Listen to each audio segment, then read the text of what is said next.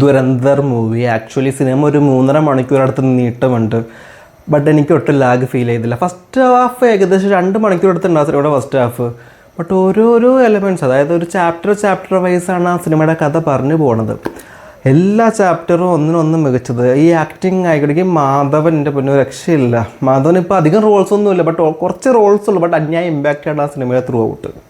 നമ്മൾ ആ ക്യാരക്ടർ, അതായത് കാസ്റ്റിംഗ് നല്ല ആപ്റ്റായിട്ടുള്ള കാസ്റ്റിംഗാണ് നടന്നേക്കുന്നത്. ഈ ഫൈറ്റ്സ് ആയിക്കോട്ടെ നല്ല ഒറിജിനൽ, നമ്മൾ ഇടിച്ച പറക്കണ ഫൈറ്റ്സ് ഒന്നും ഇതിലില്ല, എല്ലാം പക്കയായിട്ട് കേട്ടിട്ടുണ്ട്. അതുപോലെ തന്നെ ഷൂട്ട് ചെയ്യുമ്പോൾ അഡൾട്ട്സ് ഉള്ളി മൂവിയാണ്, കാരണം തല ചിത്രമെല്ലാം വ്യക്തമായിട്ട് കാണിക്കുന്നുണ്ട്.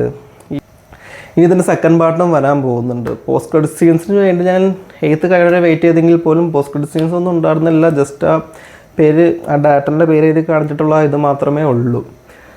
എന്തായാലും പടം അടിപൊളിയാണ്, ക്യാഷിന് വർത്താണ്, ബാക്ക്ഗ്രൗണ്ട് സ്കോർ അടിപൊളിയാണ്, പാട്ടുകളും സിനിമയ്ക്ക് അനുയോജ്യമായിട്ട് തന്നെയാണ് വന്നേക്കുന്നത്. ഫൈറ്റ് സീക്വൻസ് ഒന്നും രക്ഷയില്ല, കാരണം ഇടിച്ച് തെറിച്ചുകൊണ്ട് ഫൈറ്റ് സീക്വൻസ് ഒന്നും അല്ല, പക്കയായിട്ടാണ് ചെയ്തിട്ടുണ്ട്.